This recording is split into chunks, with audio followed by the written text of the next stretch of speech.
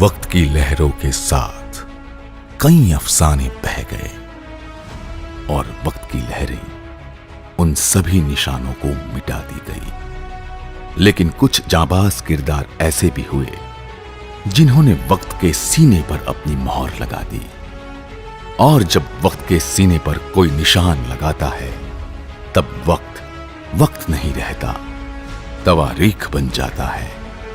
और यही तवारीख गवाही देती है एक बेमिसाल किले की, जो आज भी एक अपराजित योद्धा की तरह सूरत शहर की शान बना हुआ है। यह तवारीख है उन अहम सालों की जो इस किले ने गुजारे।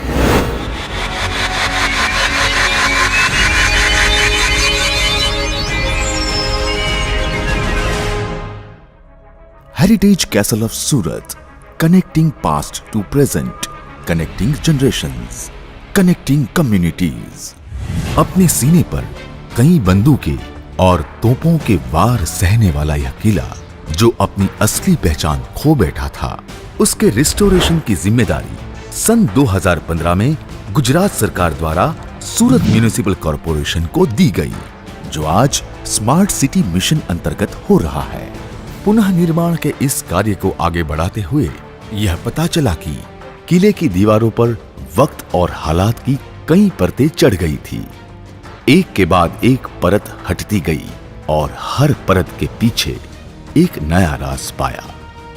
इतिहास की किताबों का अध्ययन करते हुए किले के रिस्टोरेशन का काम शुरू किया गया।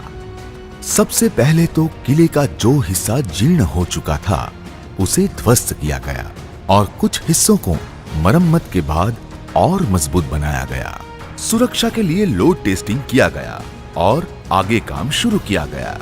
इसमें इस्तेमाल की गई ईंटों का प्रकार, इसे जोड़ने के लिए चूने का मिश्रण, इसके बनाने की शैली, यह सब 14वीं सदी की बनावट से मिलती है। सूरत महानगर पालिका ने अपनी विरासत की हिफाजत को लेकर जो जागृति दिखाई है वो काबिले तारीफ है। इस इमारत पर जो भी अतिरिक्त निर्माण कार्य से परतें चढ़ी थी, उनको एक के बाद एक हटाया गया और इस किले का असली चेहरा धीरे धीरे सामने आने लगा।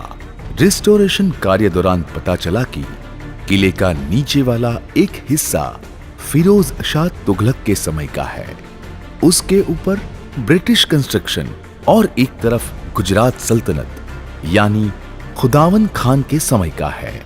इन सब में से जिस हिस्से से महत्व की जानकारी प्राप्त हो और जो अति महत्वपूर्ण हो, उसे रिस्टोर किया गया।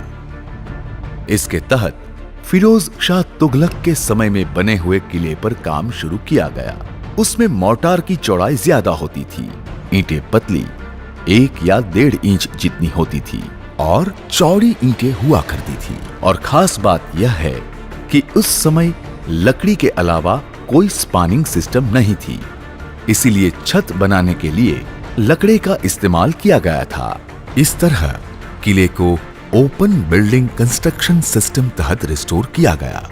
किले में ब्रिटिश काल की जैकार्ड फ्लोरिंग मिली, उसके कुछ हिस्से को भी ओपन रिस्टोर किया गया है।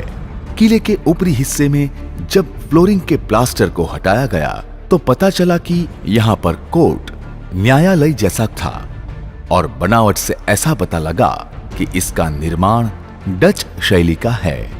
किले के अंदर एक टंकी भी पाई गई, संभवतः इसका उपयोग पानी को संग्रहित करने के लिए होता होगा।